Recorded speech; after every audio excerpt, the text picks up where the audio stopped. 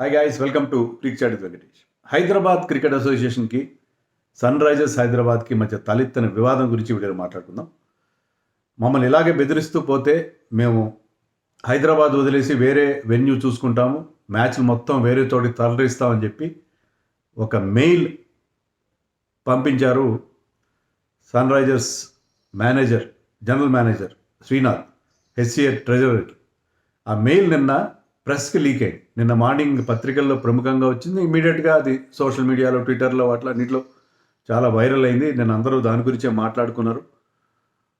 అయితే ఇది నిజం కాదని చెప్పి హెచ్సిఏ దీన్ని డినై చేసే ప్రయత్నం చేసి డ్యామేజ్ కంట్రోల్ చేసే ప్రయత్నం చేశారు. వాళ్ళ పిఆర్ఓ వాట్సాప్ గ్రూపుల్లో వాటిలో పెట్టాడు, హెచ్సిఏ అలాంటిది మెయిల్ ఏం లేదు అని చెప్పి పెట్టాడు. కానీ యాక్చువల్లీ ఆ మెయిల్ అనేది ఎవరు లీక్ చేశారు, ఏం చేశారు, కానీ మొత్తం మీద ప్రెస్కి వెళ్ళిన తర్వాత కొంతమంది మీడియా ప్రతినిధులు ఎస్సీఏ ప్రెసిడెంట్ జగన్మోహన్ రావుని అప్రోచ్ అయ్యారు.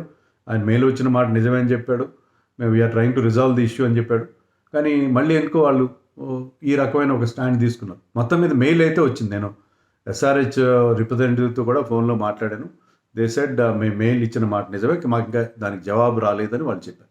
సో మెయిల్ అయితే పక్కా వచ్చింది, దాంట్లో ఎలాంటి సందేహం లేదు.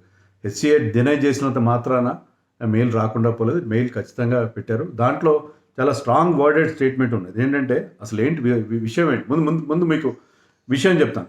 గొడవ ఎస్సీఐకి ఎస్ఆర్హెచ్కి మధ్య ఉన్న గొడవ మీకు చెప్తాను. గొడవ ఏంటంటే బేసిక్గా పాసుల విషయంలో, కాంప్లిమెంటరీ పాసుల విషయంలో గొడవ వచ్చింది. యాక్చువల్లీ ఏంటంటే 10%, ఇప్పుడు 39,000 ఎంతో కెపాసిటీ మన హైదరాబాద్ ఉప్పల్ స్టేడియం. దాంట్లో ఒక 3,900 అంటే 10% పాసులు ఇవ్వడం అనేది అది ఒక ఆనవాయితీ. హెచ్సిఏ లోకల్ హోస్ట్ అసోసియేషన్కి ఆ పాసులు ఇవ్వడం, 10% పాసులు ఇవ్వడం అనేది. అలాగే ఎస్ఆర్హెచ్ వాళ్ళు గత 12 ఏళ్ళుగా వాళ్ళు ఆ 10% పాసులు ఇస్తున్నారు. లాస్ట్ ఇయర్ వరకు వాళ్ళకి they did not face any kind of problem. కానీ ఎప్పుడైతే జగన్మోహన్ రావు ఆధ్వర్యంలో కొత్త ప్యానల్ వచ్చిందో లాస్ట్ ఇయర్ నుంచి మేము ఈ పాసుల విషయంలో చాలా ఇబ్బందులు ఎదురవుతున్నాం. ఇంటిమిడేటింగ్, బ్లాక్మెయిలింగ్ టాక్టిక్స్ అని చెప్పి వాళ్ళు చాలా స్ట్రాంగ్గా దాంట్లో రాశారు. ఈసారి ఏమైందంటే యాక్చువల్గా ఆ 3,900 పాసులు ఇచ్చేశారు. వాళ్ళు ఎప్పటిలాగే ఇచ్చారు, ఎలాంటి ఇబ్బంది లేదు. But they wanted more passes. ఎందుకంటే ఒక పర్టికులర్ బాక్స్ ఉంది, కార్పొరేట్ బాక్సెస్ ఉంటాయి మీకు ఉప్పల్ స్టేడియం. దాంట్లో ఒక F12A అనే బాక్స్లో 50 టికెట్లు, 50 పాసులు ఇచ్చారు. అయితే వీళ్ళనేది ఏంటంటే దాంట్లో కొంతమంది పడతారు, 30 మంది కంటే 25-30 మంది కంటే పట్టరు ఒక బాక్స్లో. మాకు ఇంకొక బాక్సులు ఇవ్వండి అడిగారు. మాకు ఇంకో బాక్సులు ఇవ్వడం విషయంలో సరే మనం మాట్లాడదామని చెప్పి వాళ్ళు రిప్లై ఇచ్చారు. ఈ లోపల ఏమైంది, మొన్న ఎల్ఎస్జీతో మ్యాచ్ జరిగినప్పుడు, ఎస్ఆర్హెచ్ ఎల్ఎస్జీ మ్యాచ్ జరిగినప్పుడు మీ 60 పాసులు ఇస్తారా లేదా, లేకపోతే F3 అనే ఒక బాక్స్ని వాళ్ళు లాక్ చేశారు. అది ఎస్ఆర్హెచ్ వాళ్ళ బాక్స్. అది ఆ బాక్స్లోకి వాళ్ళ స్పెక్టేటర్స్ కానీ వాళ్ళ గెస్ట్లు వెళ్లకుండా దాన్ని లాక్ చేసి పెట్టారు. మ్యాచ్కి అరగంట ముందు వరకు ఆ 20 పాసెస్ ఇస్తేనే దాన్ని ఓపెన్ చేస్తామని చెప్పి ఒక బెదిరింపుకి పాల్పడ్డారు. దాంతో వాళ్ళకి definitely they felt hurt. So మేము, ఎందుకంటే వాళ్ళు ప్రతి మ్యాచ్కి రెంట్ ఇస్తారు. హెచ్ఏకేం వాళ్ళకి ఏం అప్లికేషన్ ఏం లేదు. ప్రతి మ్యాచ్కి కోటి రూపాయలు రెంట్ ఇస్తారు. ఈచ్ అండ్ ఎవ్రీ మ్యాచ్కి వాళ్ళు they pay rent to HA. Rent ఇచ్చి వాళ్ళు ఆ స్టేడియంని యూటిలైజ్ చేసుకుంటారు.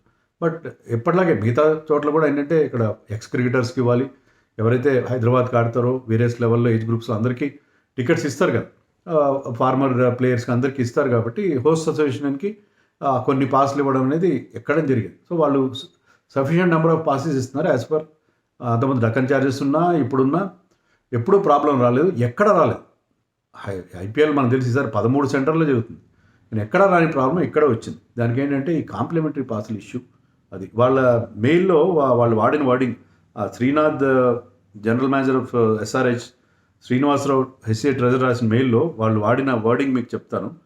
All these unprofessional threats and actions by HCA, especially by the HCA president Jaganmohan Rao గురించి ప్రత్యేకంగా మెన్షన్ చేశారు. Make it evident that you don't want Sunrisers to play at your stadium.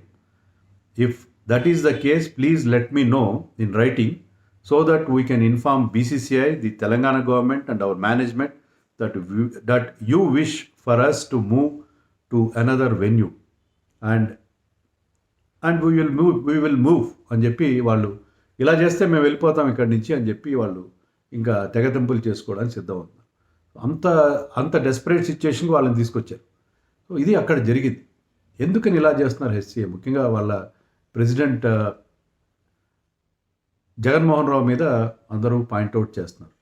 ఆయనకి చాలా contacts ఉన్నాయి, పొలిటికల్ కాంటాక్ట్స్ ఉన్నాయి, political ambitions కూడా ఉన్నట్టుగా ఉన్నాయి. అందుకే ఏంటంటే ఆయనకు ఇచ్చిన పాలసీ సరిపోవట్లేదు. నేను కొంతమంది క్లబ్స్ వాళ్ళతో కూడా హెచ్సిఏ క్లబ్స్ వాళ్ళతో కూడా మాట్లాడితే వాళ్ళు ఏం చెప్పారంటే, గతంలో మాకు 15 పాసులు వచ్చాయి, కానీ ఈ కొత్త డిస్పెన్సేషన్ వచ్చిన తర్వాత మాకు 12 పాసులు ఇస్తున్నారు. ఈచ్ క్లబ్కి 15 పాసులు వచ్చేవి.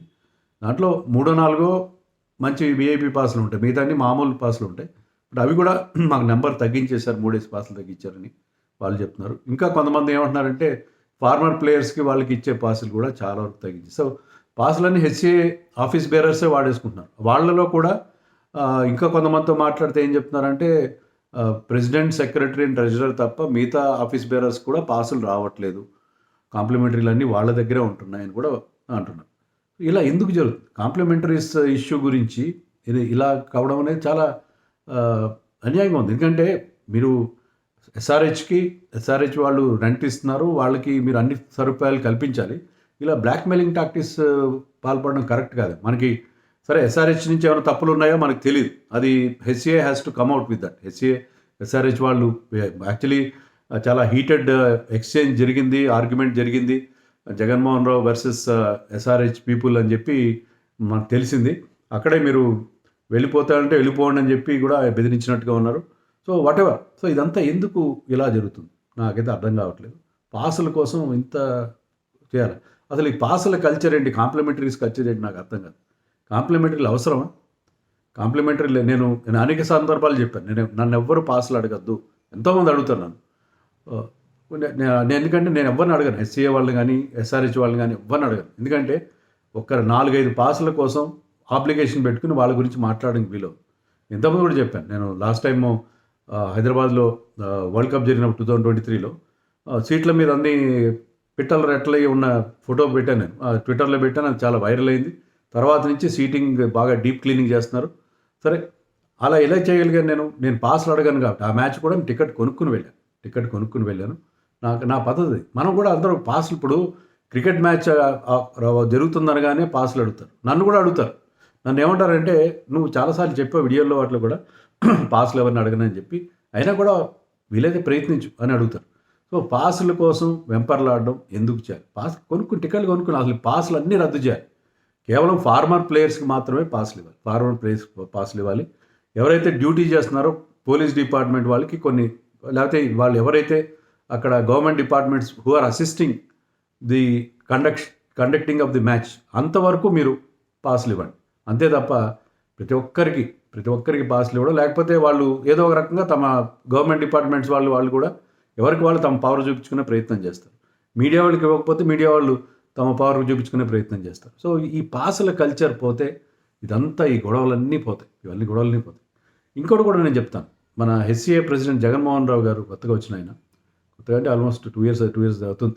ఆయన వచ్చిన తర్వాత ఆయన మొన్న రీసెంట్గా ఒక వీడియో చూశాను. ఆయన ఏదో ఒక ఇంటర్వ్యూలో చెప్పాడు, నా దగ్గర జీరో కరప్షన్, హెచ్సిఏ కరప్షన్ అని చెప్పి చాలా బద్నామైంది, నేను వచ్చిన తర్వాత జీరో కరప్షన్తో నన్ను నడిపిస్తున్నాను, ఏదైనా కరప్షన్ లాంటి ఇష్యూ వస్తే మీరు నాకు ఎత్తి చూపండి, మీకు 10 లక్షల రూపాయలు రివార్డ్ ఇస్తానని కూడా ఆయన బోల్డ్గా ప్రకటించాడు. నో డౌట్ ఆయన వచ్చిన తర్వాత మనం ఎలాంటి స్కాములు అలాంటివి ఏమి వినలేదు. గతంలో అనేకలు, అజరుద్దీన్ ఉన్నా, అంతకుముందు హర్షదేవ్ శివలాల్ ఎవరు ఉన్నా సరే, ఏసీబీ కేసులు ఉన్నాయి. చాలా రీసెంట్గా ట్రెజరర్ విషయం చాలా చాలా స్ట్రాంగ్ ఎలిగేషన్స్, స్ట్రాంగ్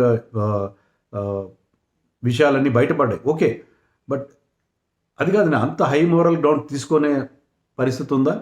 అది నేను అడుగుతున్నాను. అంత సరే, మీరు మంచి ఉద్దేశం మంచిదే, కానీ లేదు, నా కరప్షన్ లేదని అంత గట్టిగా బల్లగుద్ది చెప్పేంత పరిస్థితి ఉందా?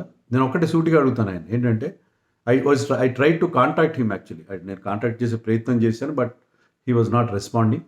అడుగుదాం ఉంటున్నాను ఇదే విషయం, సూటిగా అడుగుదాం, but he was not responding. ఏం చేస్తాం మరి, కాంటాక్ట్ చేస్తే రెస్పాండ్ కాకపోతే? నేను అడిగేది ఏంటంటే ఆయన్ని, ఇలా పాసులు తీసుకొని అందరికీ డిస్ట్రిబ్యూట్ చేయడం, అది కూడా ఒక రకంగా కరప్షనే. ఎందుకంటే మీరు your position as you're misusing your position as HCA president, మీకు కావాల్సిన వాళ్ళకి, పొలిటికల్ వాళ్ళందరికీ పాసులు ఇచ్చేసి మీరు దాని రకంగా ఒక మైలేజ్ సంపాదిస్తున్నారు. వాళ్ళ దగ్గర మీరు వేరే పనులు తీసుకుంటారు. మన హెచ్సిఏ ప్రెసిడెంట్ గారు ఉన్నారు, ఆయన పాసులు ఇస్తారు కాబట్టి ఆయనకి ఏదో మనం పని చేసి పెడతాం.